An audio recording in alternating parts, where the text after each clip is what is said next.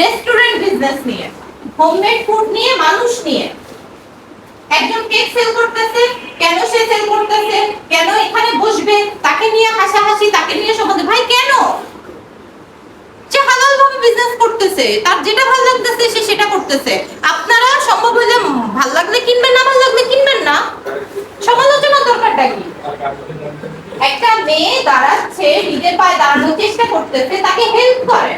কেন আপনারা সবাই মিলে তার নামে সমালোচনা করবেন? আমরা খুব ভালো পারি, কাজ নাই তো সমালোচনা করতে পারি।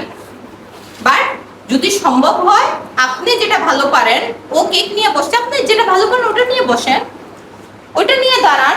যেখান থেকে আপনি শুরু করবেন ওখান থেকে মনে করেন আপনি স্টার্ট। আজকের থেকে কিন্তু অলরেডি বিসিকের হাত ধরে কিন্তু আপনাদের উদ্যোক্তা লাইফ শুরু হয়ে গেছে। এটা আপনারা রিয়েলাইজ করতে পারতেছেন কিনা আমি জানি না, কিন্তু যদি আপনারা উদ্যোক্তা লাইফ শুরু না করতে পারেন, আপনাদের আমি এই যে এত কথা বলতেছি, স্যাররা আসছে এত দূর থেকে, এত আয়োজন, এত কিছু, সব কিন্তু বৃথা, কোনো লাভ নাই। ঠিক আছে?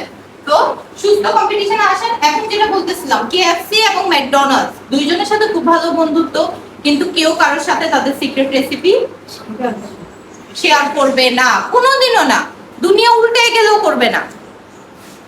যতই কাছের ফ্রেন্ড হোক, অনেকে অনেক রাগ করবে। এই যে আমাদের সামনে একজন আছে, ওনার ফ্রেন্ডই রাগ করবে, অনেক কথা বলবে, আমাকে একটু শিখিয়ে দাও, আমাকে একটু বলে দাও। না, এটা আপনার প্রফেশন, প্রফেশনের সাথে কোনো খাতির নাই, কোনো বন্ধুত্ব নাই, কোনো আত্মীয় স্বজন নাই। আপনি বলতে পারেন তোর ভালো লাগলে আমি তোকে ডিসকাউন্টে দিতে পারি, আমি তো শিখাই দিতে পারবো। ঠিক আছে?